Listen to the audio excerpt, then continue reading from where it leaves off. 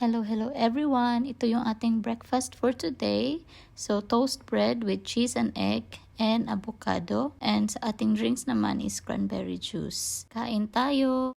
Luto tayo ng lunch mga people. As usual, kay D yung chicken na binudburan ko ng paprika. Tapos side dish niya is yung vegetable. Ayan, air fryer lang natin. Sampay muna tayo mga people habang inaantay natin yung ating niluluto. Ito yung mga damit na baby girl. Tapos ko din malabhan. Maya-maya mga people, matutuyo din yan. Kaya pag natuyo, lansahin natin tapos i-arrange natin doon sa may cabinet ni baby girl. Lunch time tayo guys. So yan kay di ulam ko. Tira ko kagabi. Yung sinabawang isda at saka kanin. Let's eat. Hindi ko na naplansya yung mga damit ni baby girl. Kasi yan si Java niligo ko. Kakatapos mo lang maligo at mag blow dry. Bukas na lang yun. Ano pa makate. Kinuskus na kita ng mabuti. Magluto muna ako ng dinner guys. Kasi alas 6:50 na dito. Kailangan namin kumain. Tsaka may lamok. There's a mosquito. Kita mosquito. Oh, mosquito. Oh. Yeah, kita mosquito. Where's the mosquito? For our dinner, magluluto lang ako ng adobong talong with chicken. And then kay D naman is salmon with sweet potato.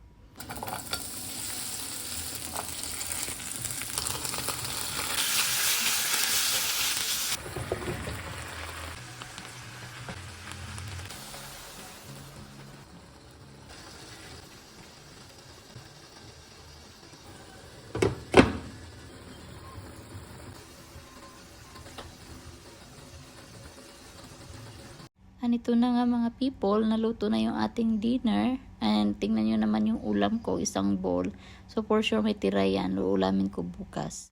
At dahil hindi ko naubos yung avocado kaninang breakfast, yan ginawa ko siyang dessert. Nilagyan ko lang siya ng vanilla ice cream at kunting gatas. And legit mga people, napakasarap.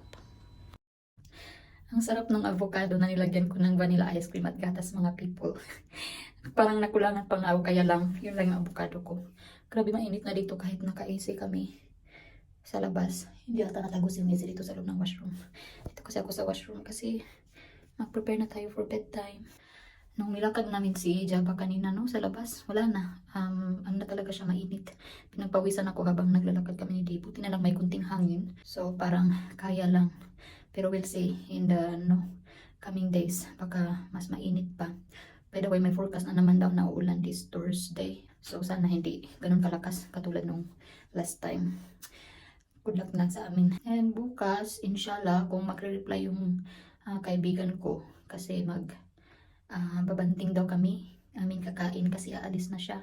Yung kulig ko dati sa hotel. So punta na siya ng Croatia. Sana all mag-Croatia. Doon na siya mag-work.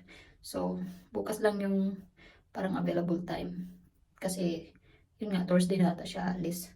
So, hinantay ko yung reply niya kung anong update bukas para magpatid ako kay D. Makikita ko na naman yung aking mga kaibigan. At least, mga be, see you tomorrow kung matutuloy man tayo. And hanggang dito na lang guys, o yung aking vlog kasi matutulog na ako. Maraming salamat sa inyong palaging panonood. Ako'y hinihingal. Good night, God bless and bye-bye.